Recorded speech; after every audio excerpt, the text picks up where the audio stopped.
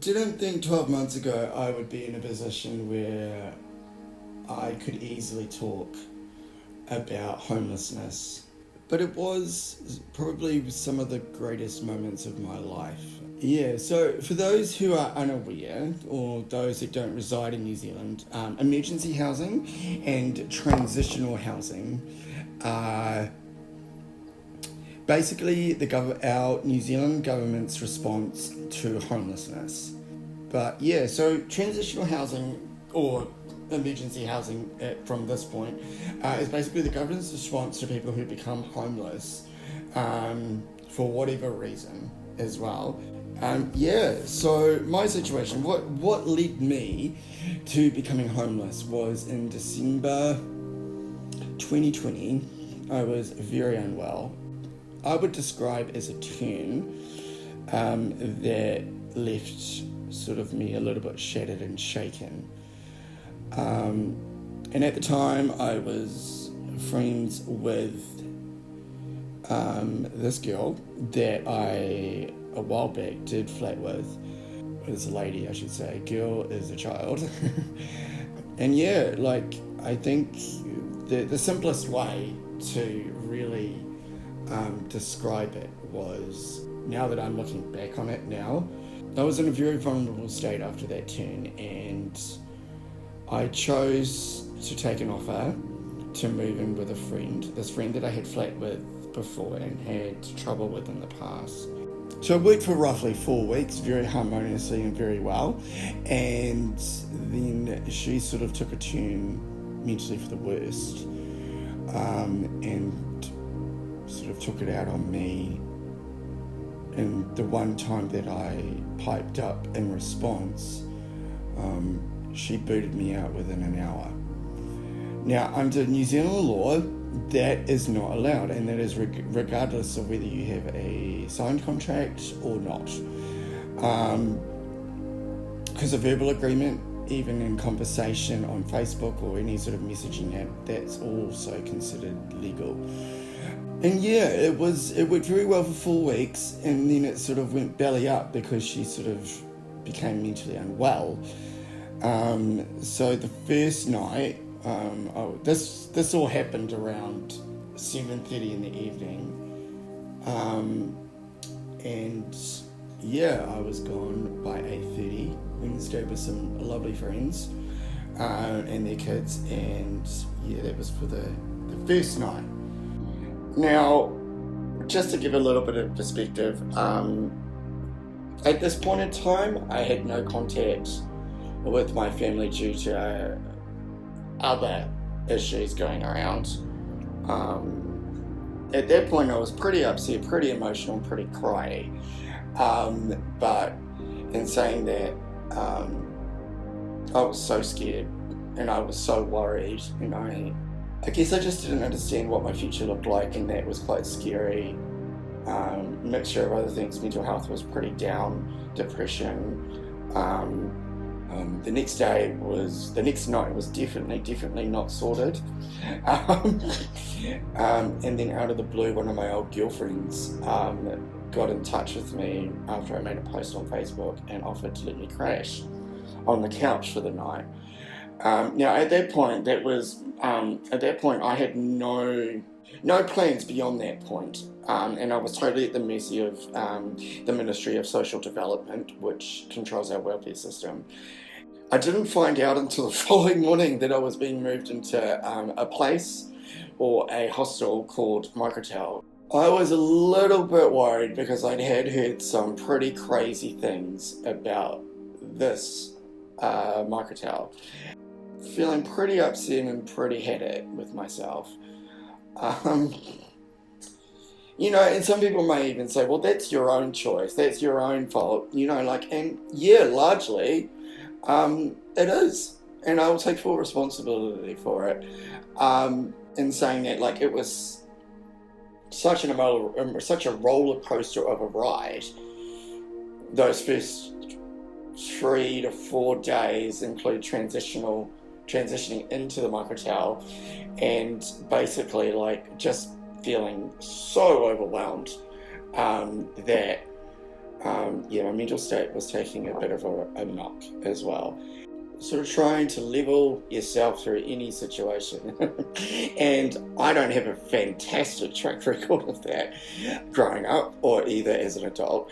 But, left pretty vulnerable. At that point, I had had zero contact with family, my own choice as well, purely because I felt very protective of myself, the situation that I was in.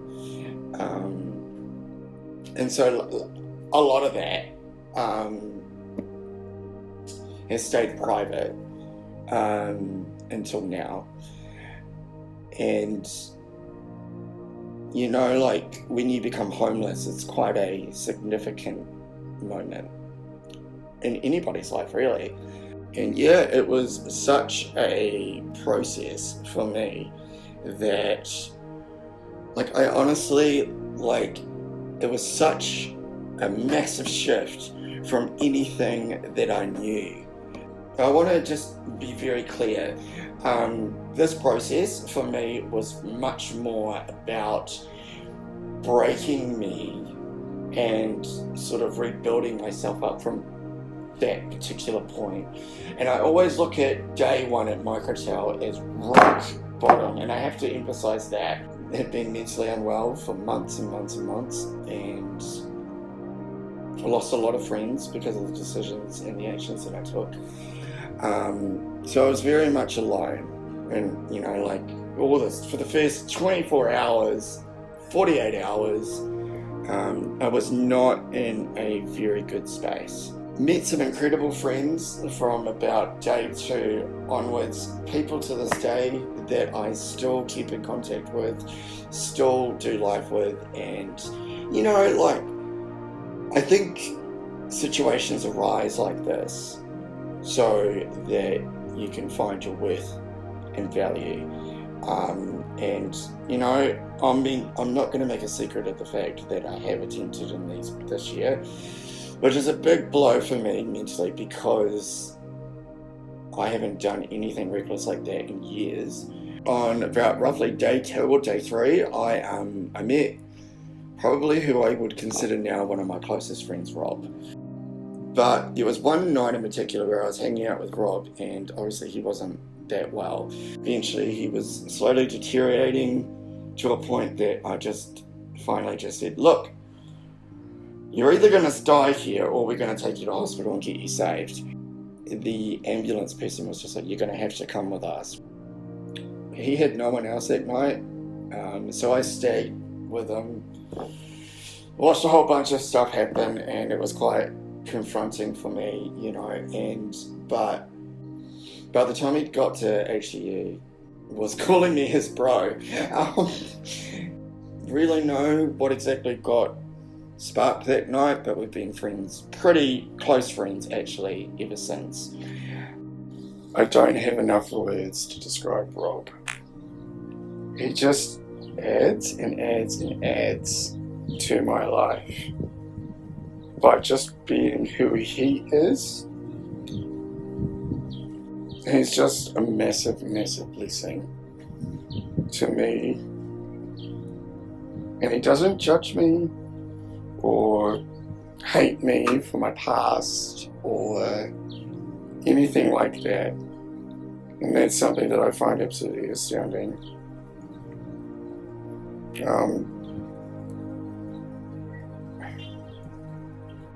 Yes, he is a little bit rough around the edges, and physically he has a few scars, but you know what?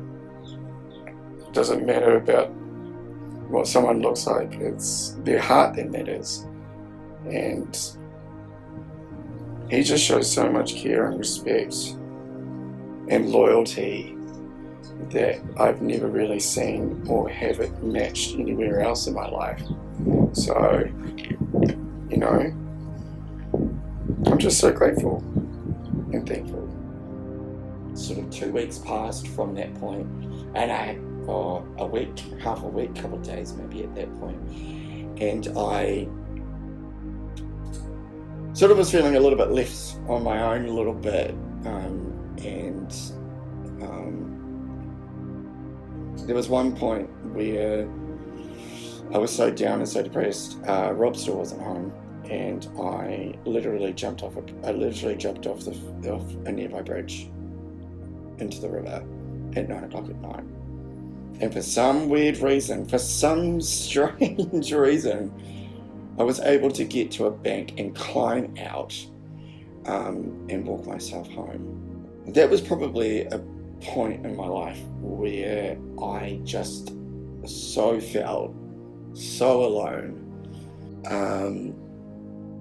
And honestly, it was like, I think it might have been 2 or 3 days later that Rob actually got home from hospital. Saw him shortly after he got back, maybe a couple of half an hour or something, and sort of, hung out with him for a little bit, and then went back to my room and started organising dinner. And what happened the very next day, I was sitting in my room on my computer, on my laptop, and sort of just feeling very alone, sort of closed off everything at that point, because I was just so, too much for me to really be out of my room. And on one of those occasions, I get a knock at my door. Now, I had legitimately half decided that I was going to make another attempt. But that knock at that door, and I always look at it as sort of like my saving grace, because the person that walked through that door was Rob. And I remember specifically, I'm just, he's like, are you okay? How you doing? Stuff like that. And sort of turned around to me and I said, I hear you've been bullied. And I was like, yeah, but oh well. And honestly, he was just like, oh, bro, send them my way, like that. And from that point on, besties. My 33rd birthday also happened in May while I was at Microtel. And honestly, it wasn't much of a birthday, if I'm really honest. But I caught up with my grandmother that day, had a quick coffee and a chat with her, asked how I was doing.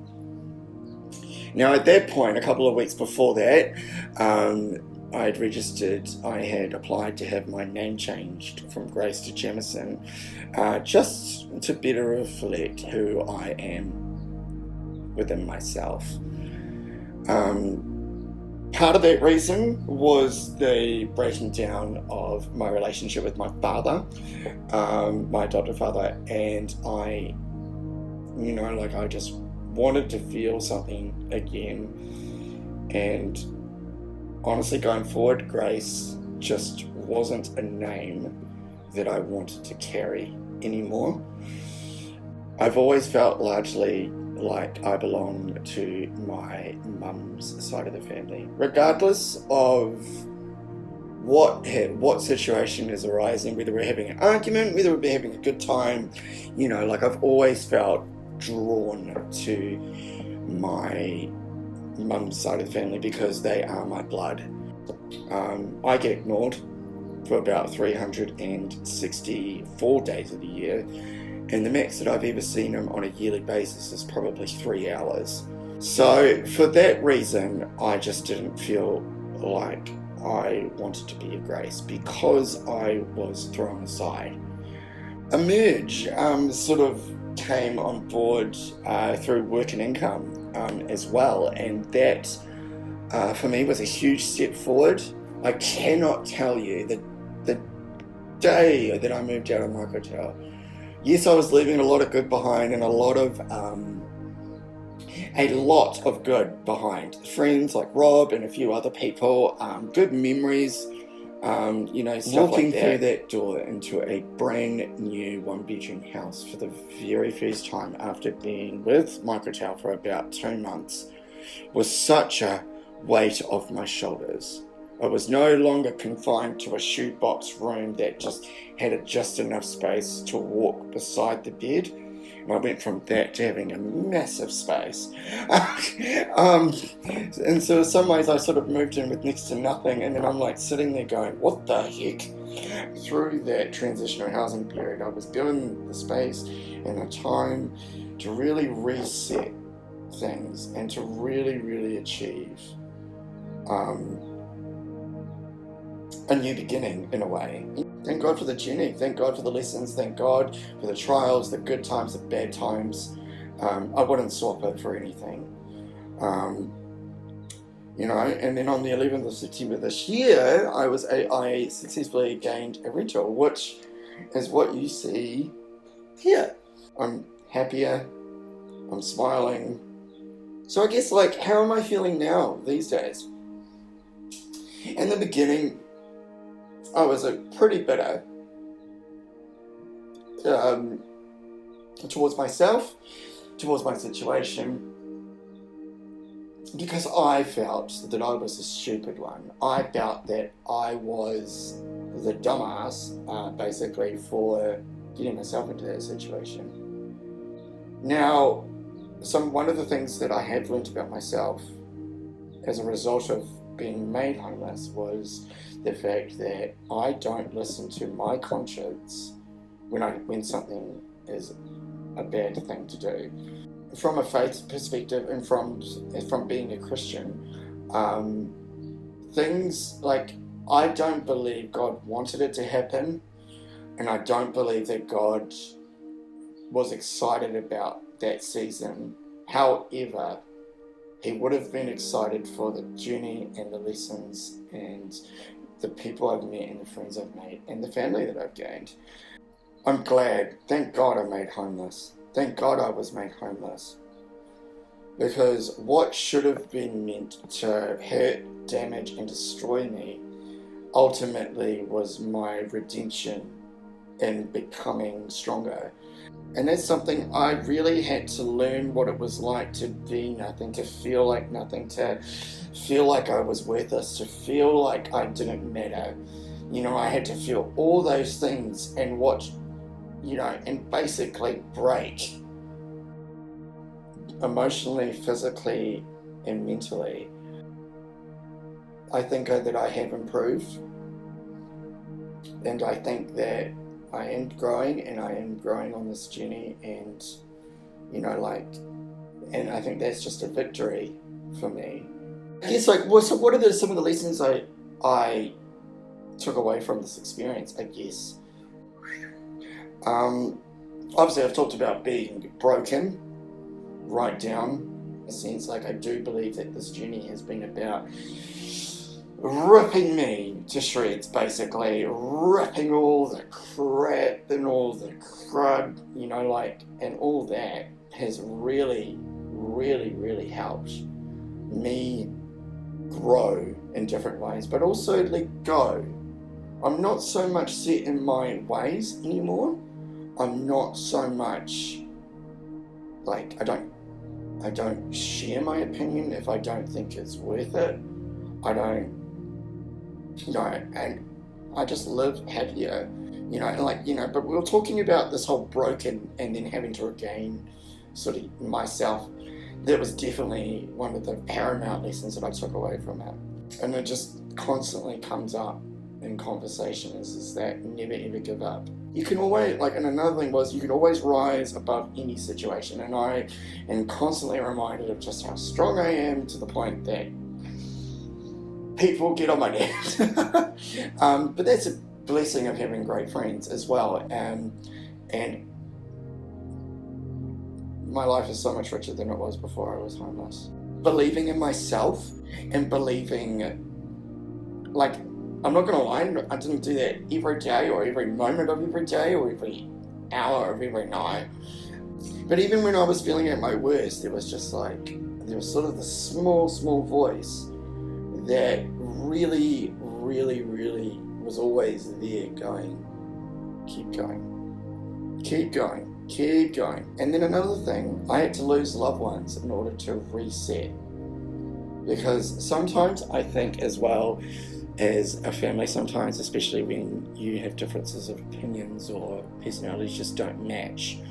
Yeah, and I think sometimes you have to put space and distance between certain individuals in your life, whether that is deliberately or just naturally. I'm so thankful for this season, for Rob, for all my friends, for everything that I've gained and lost, because I think in some ways it really, really brings home, I guess, the perspective that, right, this doesn't matter. Furniture, housing doesn't matter, you know, like all of this is secondary. Everything in my house is secondary, because the one thing that matters is my life. And you know, like I can and will go through hard times again. You know, I just hope that regardless of whatever situation you find yourself in, or regardless of what's happening to you, there's just a common theme about all this. And it came to me with the first To Hell and Back 1 movie, and I'll say it again, things don't happen to me, they happen for me.